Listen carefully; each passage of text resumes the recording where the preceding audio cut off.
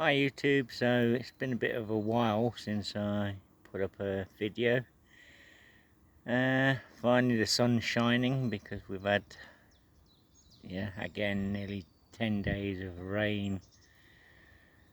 Crap weather, but the sun's shining today and I've driven away from the city. You can just see it in the background there, and come to a place I've been here before, and parked up Ivan. And of course the plan of attack is tomorrow to change the shocks, give you a shot of Ivan bathing in the sun. Solar's out, and because I had the heater on last night, it's still 0 degrees.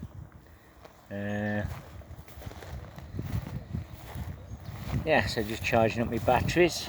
But the plan of attack is tomorrow is to change the shocks, and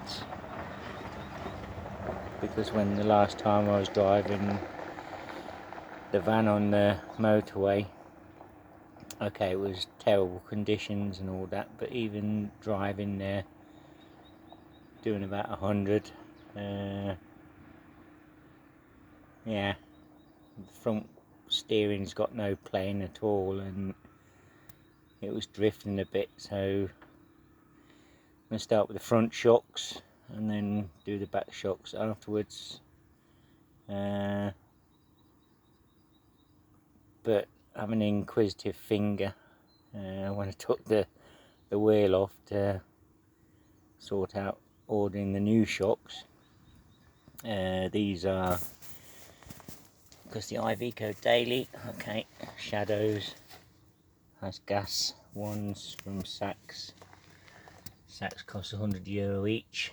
These are Magneti Marelli, not a bad make, made for Iveco Daily.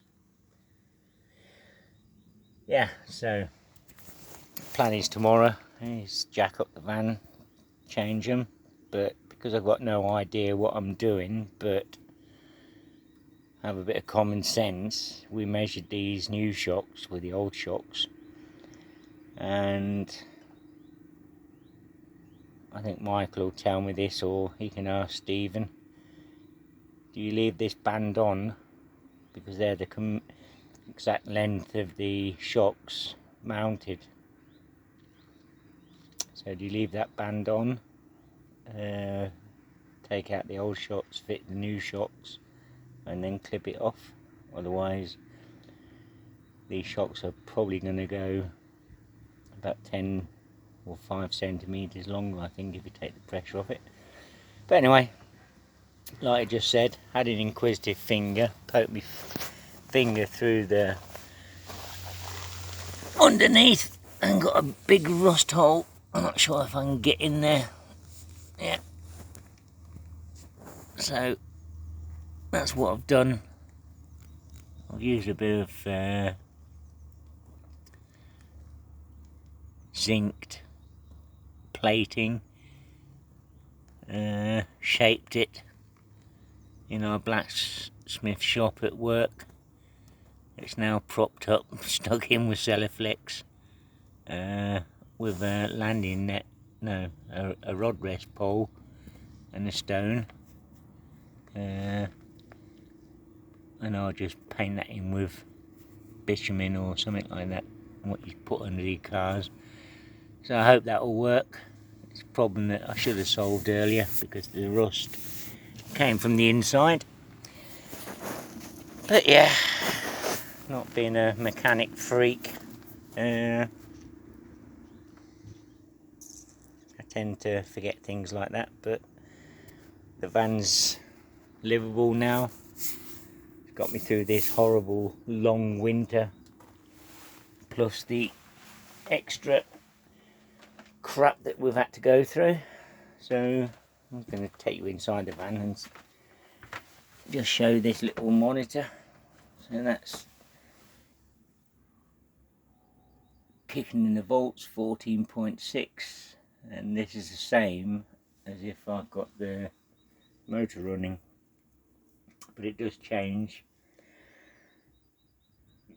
the way the C-Tech charger conditions your battery at the end. So when it's running like this, you know your battery, I didn't bother to check this morning, it's probably down to about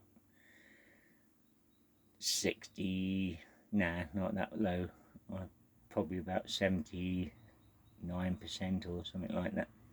So it's whacking in the volts now, and then when it gets up to about 95 volts, it's quite funny to see that'll just go straight down and trickle charge. So yeah, so everything's working apart from this tap that's got a cheap and nasty, it was, not sure whether the pump's not working properly, or I've took all the wiring out and everything.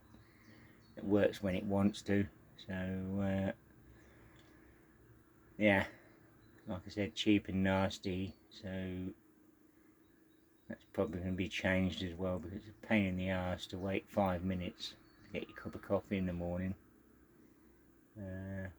just because that thing won't work. And so this is me for the day. I'm going to chill out here, let that Siliflex dry, and because of the current situation and living the way I do, you get a sometimes scary feeling. But I pulled up here, it's not a legal road, there's some houses down there and that, but the farmer, he was getting his, because it's a gravel road, he drove round up and down here about an hour ago, and I think he's coming back now, but he didn't tell me to sod off or anything. So unless he does it now, which will be a shame, so I'm going to stop talking when he goes by in his tractor.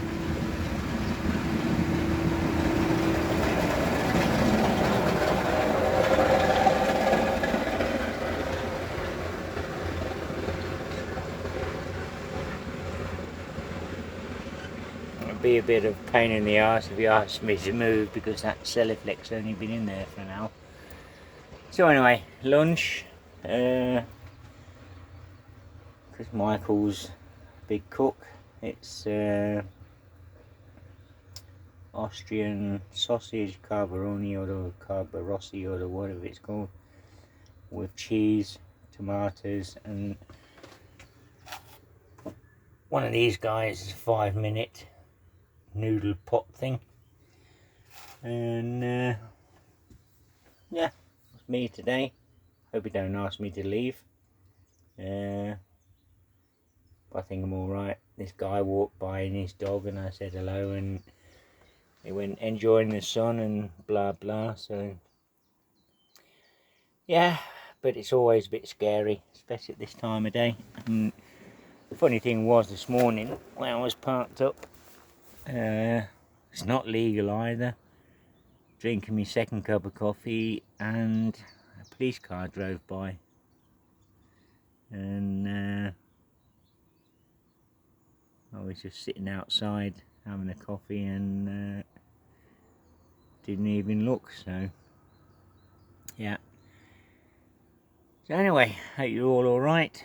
Hope you enjoyed the video. If anyone can give me a little tip on those shock absorbers, do you leave the blue tape on until you've mounted them? I mean, that's the way my common sense brain works. So anyway, till next time, bye.